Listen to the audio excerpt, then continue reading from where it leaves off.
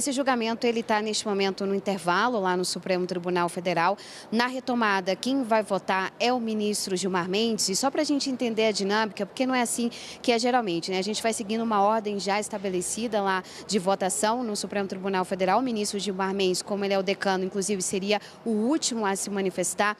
E nesse caso, até mesmo depois do presidente, porque o ministro Luiz Roberto Barroso já votou nesses dois recursos. Pois bem, então a gente tem que ficar de olho, Júlia, porque a depender da manifestação do ministro Gilmar Mendes, ele que inclusive ao longo do dia, porque esse tema já está sendo tratado desde manhã lá no Supremo Tribunal Federal, pode ser que a gente tenha essa maioria, né, indo nessa direção de responsabilizar as plataformas digitais em relação a esses conteúdos. E por quê? O ministro Gilmar Mendes, ao longo de hoje, inclusive, fez várias intervenções falando da necessidade ali de se ter um olhar muito específico para o impacto, né, das redes sociais no dia a dia. Então, a gente tem que esperar, claro, ele vai se manifestar daqui a pouco para a gente ver se esse placar chega a 6. Agora, o que não há consenso, ou seja, que não há, inclusive, até uma ideia já de maioria, é de como é que isso vai funcionar na prática. Por quê? A gente, dentro desses 5 votos, cada ministro apresentou ali a sua tese, ou seja, dizendo se o artigo 19 do Marco Civil da Internet era ou não constitucional,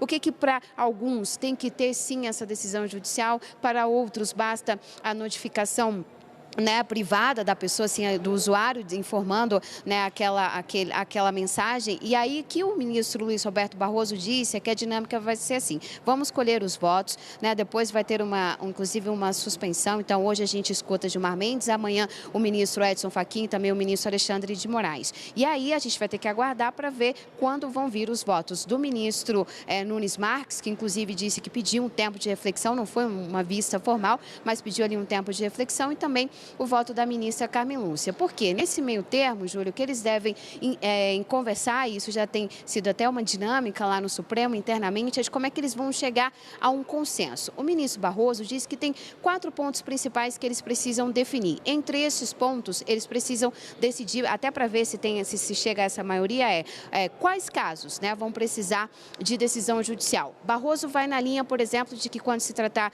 de crime ali contra a honra, aí tem que partir de uma análise jurídica. O ministro Toffoli, né, que é o relator do outro recurso, ele disse que não, qualquer notificação privada já deveria partir dessa retirada desse conteúdo. Então, eles têm esses pontos para eles discutirem. É claro que agora todos vão colocar ali o seu entendimento formal, ou seja, o seu entendimento a respeito das duas questões. E falando um pouquinho, bem rapidamente, do voto, o ministro Flávio Dino, hoje, inclusive, disse que se ele fosse votar com a convicção mais pessoal dele, ele traria um voto muito mais duro. Ele diz que sim, as redes sociais, sem nenhum tipo de regulação, são prejudiciais, né? Podem sim trazer prejuízos, crimes podem sim acontecer por meio das redes sociais, mas ele diz que ia fazer uma análise mais ampla, inclusive levando em consideração o que já foi colocado até o momento. Teve um dado momento do voto dele, que ele inclusive disse que fez uma pesquisa a um jurista perguntando se a liberdade de expressão era um direito absoluto, e aí ele conta ali a resposta de que não era